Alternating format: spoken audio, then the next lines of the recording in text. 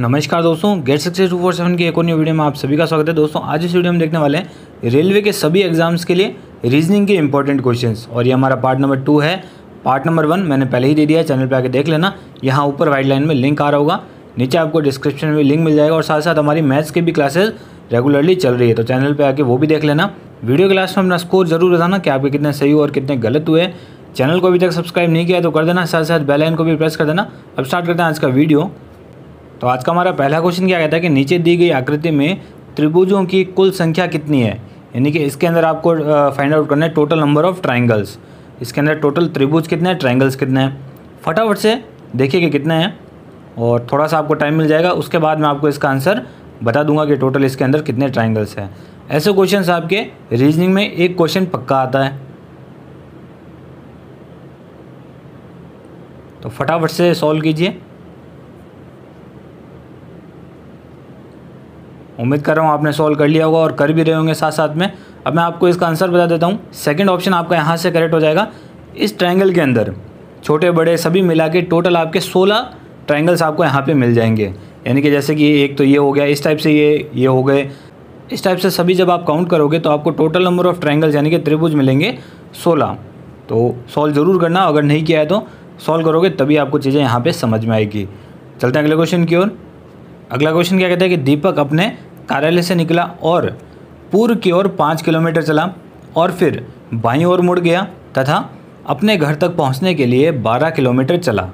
ये तो हो गया पहला पार्ट क्वेश्चन का। दूसरा पार्ट क्या कहता है कि मदन जो कि उसी कार्यालय में काम करता है अपने कार्यालय से निकला और पश्चिम की ओर 5 किलोमीटर चला और फिर बाईं ओर मुड़ गया तथा अपने घर तक पहुँचने के लिए 12 किलोमीटर चला।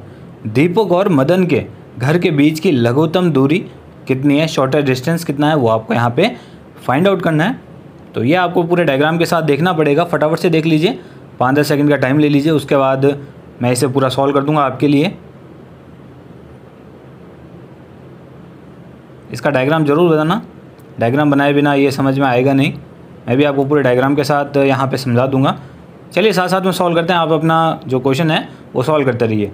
तो बात करें सबसे पहले दीपक की, कि दीपक अपने कार्यालय से निकला और पूर्व की ओर 5 किलोमीटर चला। तो यहाँ से कार्यालय मान लेते हैं पूर्व की ओर चलता है 5 किलोमीटर। उसके बाद बाईं ओर मुड़ गया तथा अपने घर तक पहुँचने के लिए 12 किलोमीटर चला। बाईं ओर मोड़ देते हैं, 12 किलोमीटर से चला देते हैं। ये तो हो गई पहले की बात, यानी कि दीपक की बात। इसके बाद आता है मदन। तो मदन जो कि उसी कार्यालय में काम करता है अपने कार्यालय से निकला और पश्चिम की ओर 5 किलोमीटर चला। तो कार्यालय इसका भी वही है, सेम ही है, तो इसी पॉइंट से आपको चलाना पड़ेगा पश्चिम की ओर। ये चल रहा है 5 किलोमीटर। उसके बाद वह भी बाईं ओर मुड़ा और अपने घर तक पहुंचने के लिए 12 किलोमीटर चला। ये मुड़ गया बाईं ओर, 12 किलोमीटर घर तक चल गया। अब क्या करना है, दीपक और मदन के घर के बीच की लघुत्तम दूरी आपको फाइंड आउट करनी है, यानी कि इस पॉइंट से लेके इस पॉइंट के बीच की आपको डिस्टेंस फाइंड आउट करनी है, यानी कि ये आप लाइन बना दीजिए। अब ये 2 तरीके से सॉल्व हो सकता है। पहला तरीका कि बड़ा वाला ट्रायंगल बना लीजिए, यानी कि ये वाला। मैं इसको पूरा बना देता हूँ, यानी कि देखते रहना कहाँ से कहाँ तक, इस पॉइंट से लेके यहाँ से लेके ये पूरा ट्रायंगल, यानी कि नाम दे देते हैं इसको A, B और C। इस ट्रायंगल को फाइंड आउट कर लीजिए, यानी कि ये देखिए ये 12 है, तो ये कितना हो जाएगा, ये भी तो 12 है, क्योंकि ये आपको डिस्टेंस पता है। तो 12 और 12 ये टोटल आपका बन जाएगा कितना, 24।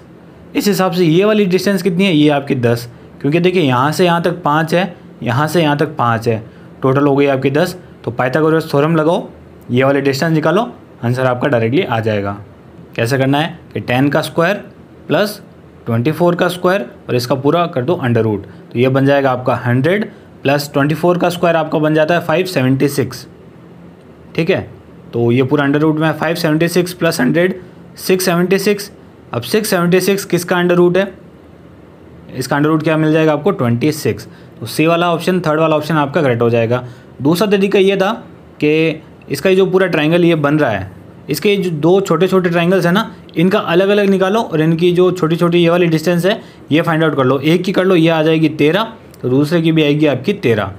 इसमें भी सेम आप पाइथागोरस थ्योरम लगा सकते हो। छोटे वाले ट्रायंगल में भी इस साइड आपकी 12 है, इस साइड आपकी 5 है, तो 5 स्क्वायर प्लस 12 स्क्वायर इसका अंडर रूट कर दो, तो ये आ जाएगी आपकी 13 आ जाएगी। तो ये भी 13 और ये भी 13, तो इस टाइप से भी आपका 26 आ जाएगा। और डायरेक्टली निकालना चाहो तो ये बड़े वाले ट्रायंगल का निकाल लो, जो कि आपका आ रहा है 26, यानी कि तीसरा ऑप्शन आपका यहाँ से करेक्ट है।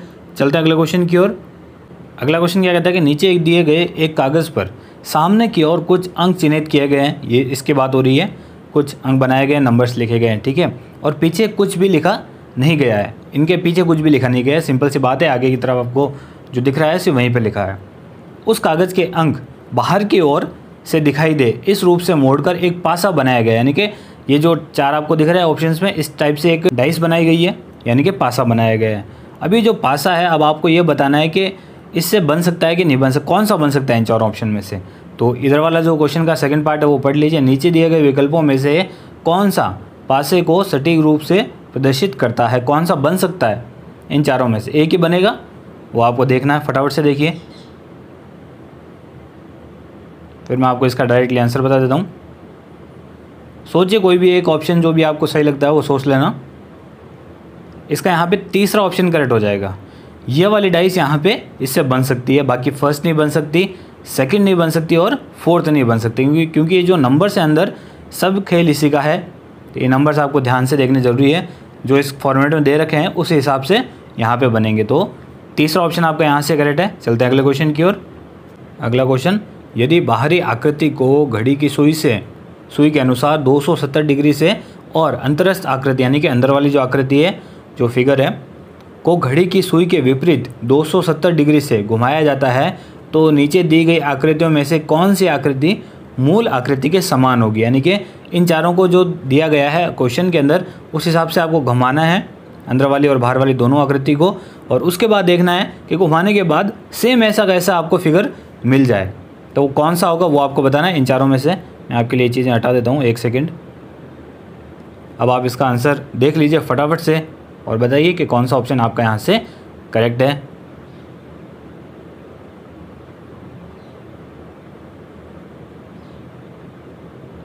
तो दोस्तों यहाँ से आपका जो ऑप्शन करेक्ट होगा वो हो जाएगा ये तीसरा वाला, क्योंकि देखिए इसके बाहर जो सर्कल है, अब सर्कल को तो किस टाइप से घुमाओ, सर्कल ही रहना है।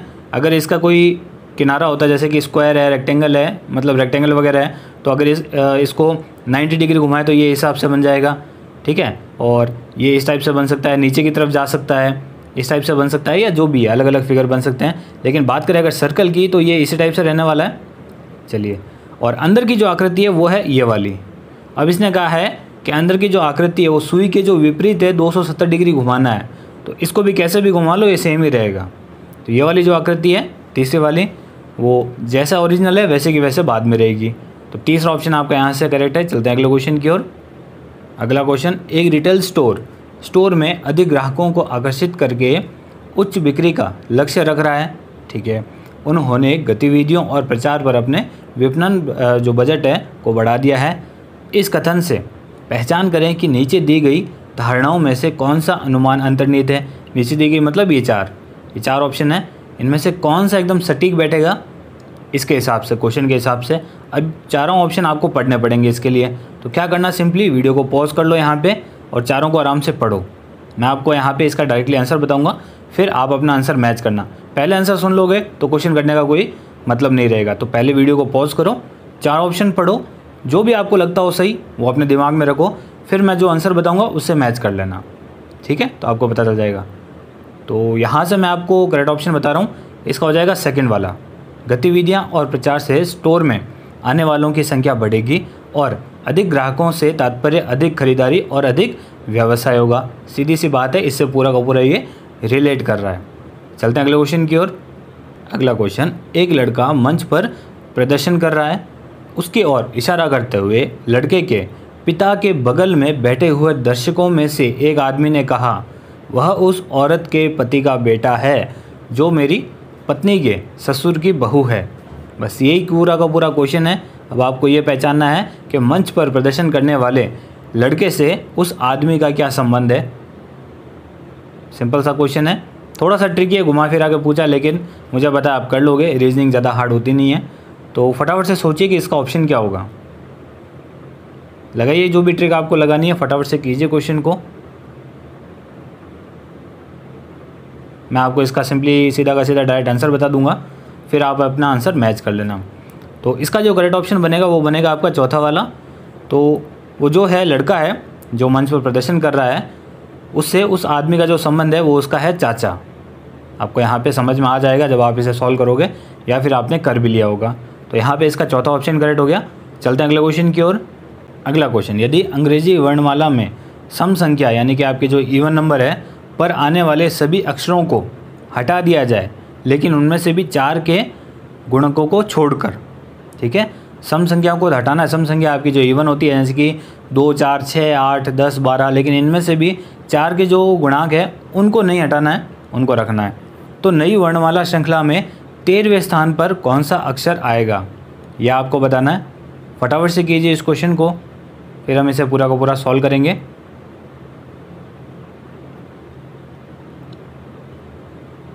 चलिए, आप सॉल्व कर रहे होंगे, साथ साथ में मैं भी आपके लिए यहाँ पे सॉल्व कर देता हूँ। देखिए यहाँ पे कहा है कि सम संख्याओं को हटाना है लेकिन जो 4 के गुणक है उनको नहीं हटाना है।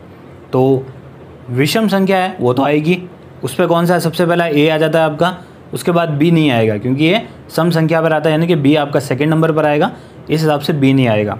फिर आ जाएगा आपका सी, फिर आएगा डी। ये तो सम संख्या है, फिर क्यों लिखी, क्योंकि ये 4 का गुणांक है, ये 4 नंबर पर आ रहा है, इसलिए इसे लिखना पड़ेगा।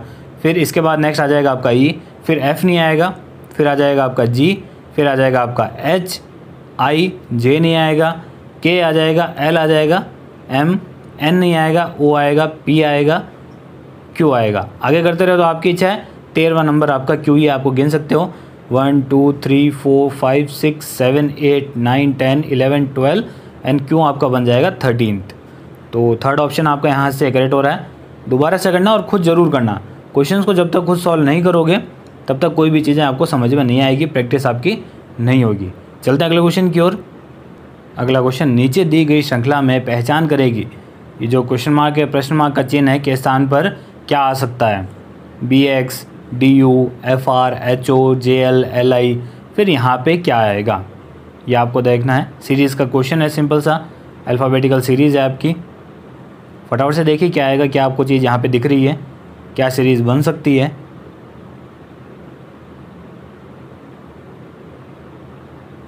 तो चलिए, आपने लगभग सॉल्व किया होगा, मैं आपको यहाँ पे इसका सॉल्यूशन करके बताता हूँ।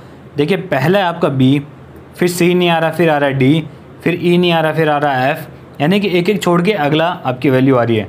तो L के बाद क्या आ जाता है आपका M, और उसके बाद आता है आपका N, यानी M छोड़ना है, N लिखना है। तो पहली वैल्यू जो आपको यहाँ पे N आएगी। दूसरे में क्या देखना है आपको, देखिए X है, U है, R, O, L, I, इसमें 3 कम हो रहे हैं, मतलब -3 करते जाओगे तो आपका आंसर आ जाएगा, I में से -3 करोगे आपका आ जाएगा F, तो NF। तीसरा ऑप्शन आपका यहाँ से करेक्ट है। चलते हैं अगले क्वेश्चन की ओर। अगला क्वेश्चन, नीचे दिए गए प्रश्नों को पढ़ें, A और C के बीच क्या संबंध है, ये आपको पता लगाना है। अब जो क्वेश्चन है वो आगे पढ़ लीजिए। नीचे दिए गए कथनों को पढ़ें, A B का बेटा और C D की बेटी है। उपरोक्त प्रश्न का उत्तर देने के लिए नीचे दी गई किस अतिरिक्त जानकारी की आवश्यकता होगी, यानी कि इन चारों ऑप्शन में से कौन सा एक ऐसा ऑप्शन होगा जिसको लेके आप क्वेश्चन का जवाब दे सकते हो। तो वो आपको ऑप्शन देखना है यहाँ पे। तो ये आपके लिए मैं लिख देता हूँ कि A B का बेटा है, यानी कि A जो है वो B का क्या है, बेटा है, यानी कि A आपका लड़का है, इतना तो आपको पता चल गया, बेटा है।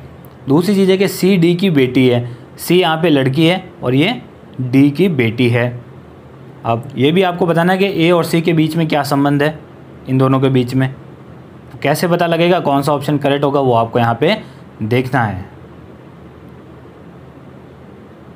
तो जो सबसे सूटेबल आपका यहाँ पे ऑप्शन बनेगा वो बनेगा 4th वाला, कि D B की पत्नी है, तभी तो आप इन दो में रिलेशन कर पाओगे। बाकी देखिए A C से बड़ा है, इससे कोई भी रिलेशन नहीं निकलता है। C A से लंबा है, इससे भी कोई रिलेशन नहीं निकलता है। तीसरा ऑप्शन क्या कह रहा है कि B पुरुष है और D महिला है, इससे कोई मतलब ही नहीं है कि महिला है पुरुष है, उससे कोई चीज़ हमें रिलेट नहीं मिल रही है। लेकिन D B की पत्नी है, यानी कि अगर B पिता है, D माँ है इन दोनों की, तो ये दोनों क्या हो गए आपस में भाई बहन, रिलेशन इससे बन रहा है। तो A क्या है, C का भाई है, और D जो है वो B की पत्नी है, ये आपस में पति पत्नी हो गए और ये भाई बहन हो गए। तो रिलेशन आपको मिल गया 4th ऑप्शन से। चलते हैं अगले क्वेश्चन की ओर। अगला क्वेश्चन क्या कहता है कि A B का भाई है, यानी कि A क्या है, B का भाई है। तो A तो हो गया लड़का, ठीक है, जो कि C की बहन है। अब B के लिए क्या कहा गया है, जो कि C की बहन है, यानी कि ये हो गई लड़की। अब ये तीनों क्या है, आपस में भाई बहन है। सी का नहीं पता है कि वो लड़का है कि लड़की है। तो ए बी सी तीनों आपस में हो गए भाई बहन। अगला क्या रखा है क्वेश्चन में, ए बी और सी और एफ का बी से क्या संबंध है। उपरोक्त प्रश्न का उत्तर देने के लिए नीचे दी गई किस अतिरिक्त जानकारी की आवश्यकता होगी। ये क्वेश्चन में क्वेश्चन बनते हैं, ऐसे क्वेश्चन क्या है कि बहुत हार्ड हो जाते हैं एग्जाम में, इसीलिए प्रैक्टिस आपकी पहले से करवा रहा हूँ। ये एक क्वेश्चन के अंदर डबल क्वेश्चन बन रहे हैं। तो 4 ऑप्शन आपको यहाँ से देखना है और ये बताना कि कौन सा ऑप्शन जो सूटेबल है जिससे आपको आंसर मिल जाएगा पूरे क्वेश्चन का। फटाफट से देखिए कौन सा ऑप्शन यहाँ पे करेक्ट होगा।